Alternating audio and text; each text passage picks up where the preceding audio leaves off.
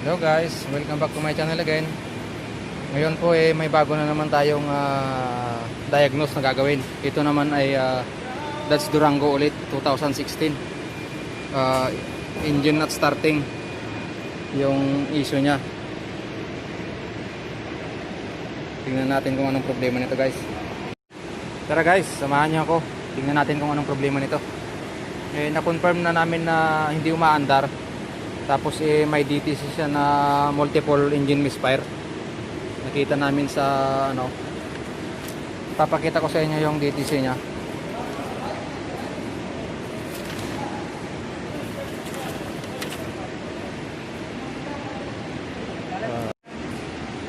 Guys, ito yung niya, yung DTC niya kung nakikita nyo.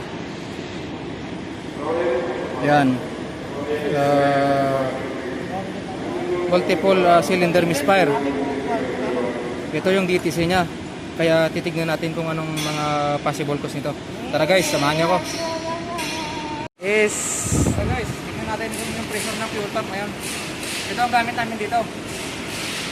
Accurate talaga to. Tignan natin yung fuel pressure nito. Ito ang ginagamit namin sa mga sakyan namin. Tara guys, ikatin natin. Okay guys.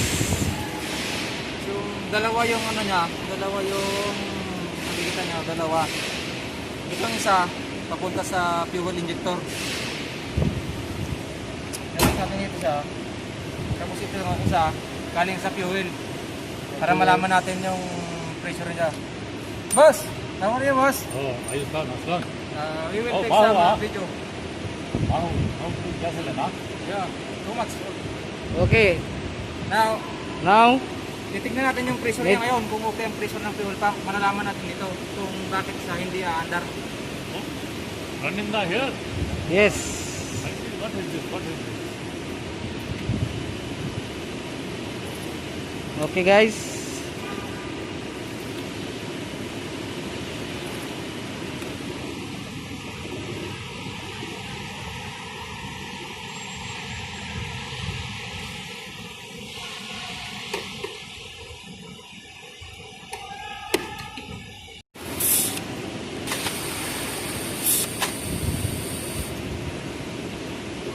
Andar siya, pero mamamatay, andar, mamamatay.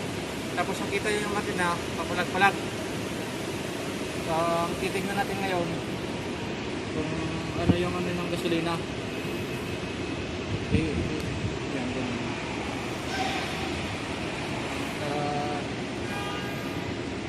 So nakita natin na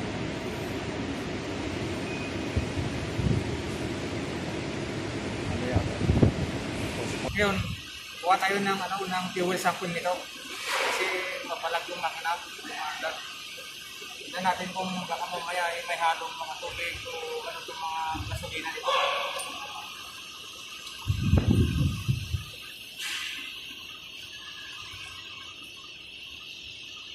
So guys, ito na guys. Tingnan mo guys. Oh, okay. Stop. Stop. Stop. So guys, ito na guys yung fuel sample niya. Guys, tignan nyo, napaka-itim. Napaka-itim ng kulay ng gasolina, hindi to gasolina, may halo to. Ngayon ang gagawin namin para makasigurado kami, ibabypass namin yung galing sa fuel pump at lalagay kami ng ibang gamit namin para paandarin na nakakancel yung fuel pump. May isa pa kaming machine guys na ginagamit namin dito para malaman pag nakakancel yung fuel pump kung aandar siya doon sa isang machine namin. Guys, kumahan ako doon. So guys, so ito special tools para i-direct yung fuel pump. So guys, sobrang init sa Saudi guys. Kaya kung sino yung nagbabalak ng Saudi, hanggang balak na lang. Guys, ito yung isa pang fuel case. Ito naman yung pang bypass. Ito yung gamit namin, no? Bali, dalawa siya. Dalawa mga to. Ito, saka itong isa. Kita mo siya. Dalawa. Ito ang gagamit natin pang bypass sa fuel pump para malaman natin, paandarin natin siya na walang fuel pump. Set up ko lang. So ayan na guys, kinabitan niya guys.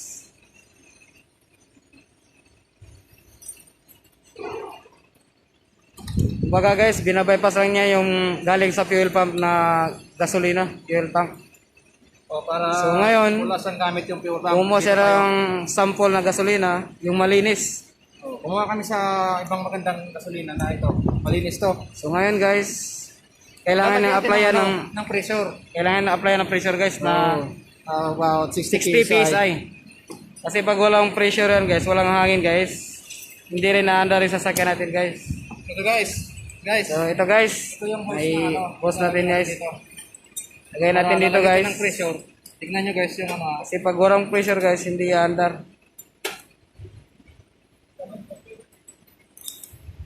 Ayan. Ayan na guys. Kita nyo guys yung pressure. Ngayon, dadagdagan natin to. Yan. Paabutin natin siya ng 60. Mga approximately 58 to 60 PSI. Yan. Okay na yan guys ngayon. Tignan natin kung aandar na siya ngayon. Subukan kong paandarin yung sasakyan ngayon. Yung supply, yung fuse, parang walang bubulak aling sa fuel tank. Para maiwasan natin yung sunog guys. So ngayon guys, Safety ba? Safety. safety natin guys. Ito yung mga kasama namin guys. Master Technician. Ngayon, subukan natin paandarin dyan. Paandarin mo.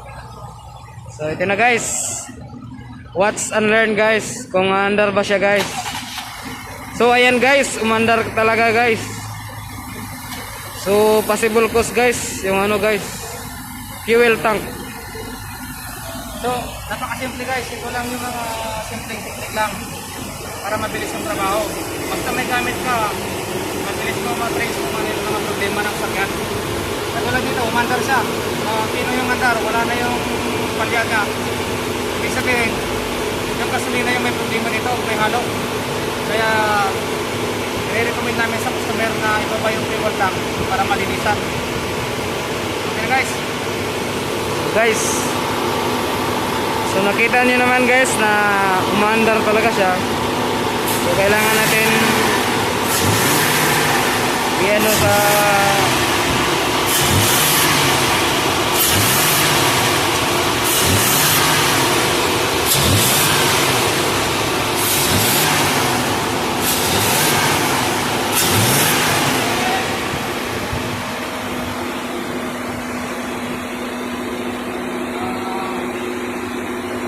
Guys, papakita ko sa inyo yung sample ng dalawang klase ng gasolina na yung okay at saka yung may halo.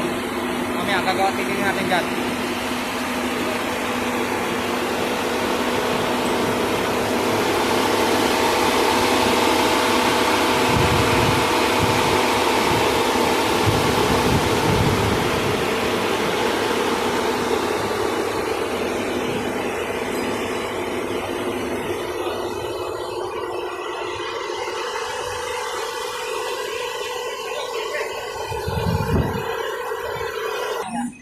So guys, ganito ka-useful yung SST natin. Yes, pag meron tayo nito guys, mapadali natin yung trabaho natin guys. Isa din to sa tumutulong na mapabilis yung trabaho natin.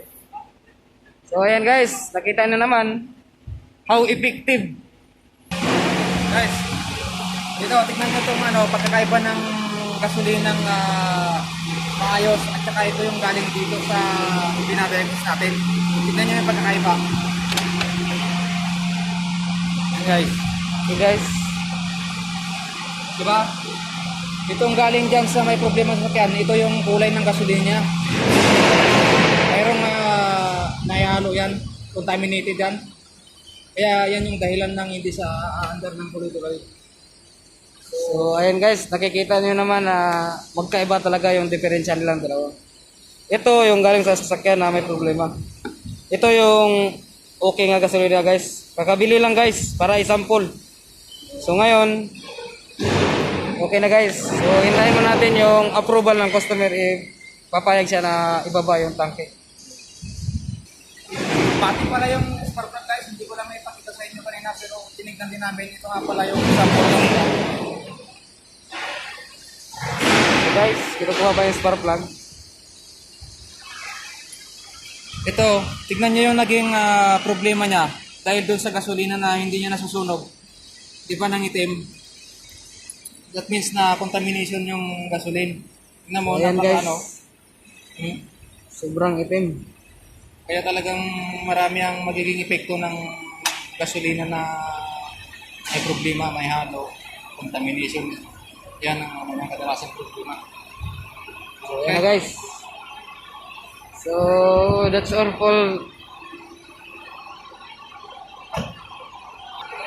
So guys, So guys, stay lang kayo sa channel ko. Mag-subscribe kayo para update kayo marami sa mga videos na gagawin natin dito sa mga channel. Makakuha kayo ng maraming idea dito guys. So, guys, yung mga hindi pa nakakapag-subscribe dyan, mag-subscribe na kayo YouTube guys. channel ko, JK Doris Vlog. Subscribe na kayo para makakuha kayo ng mga tips at mga procedure. Okay, so ulit. Bye.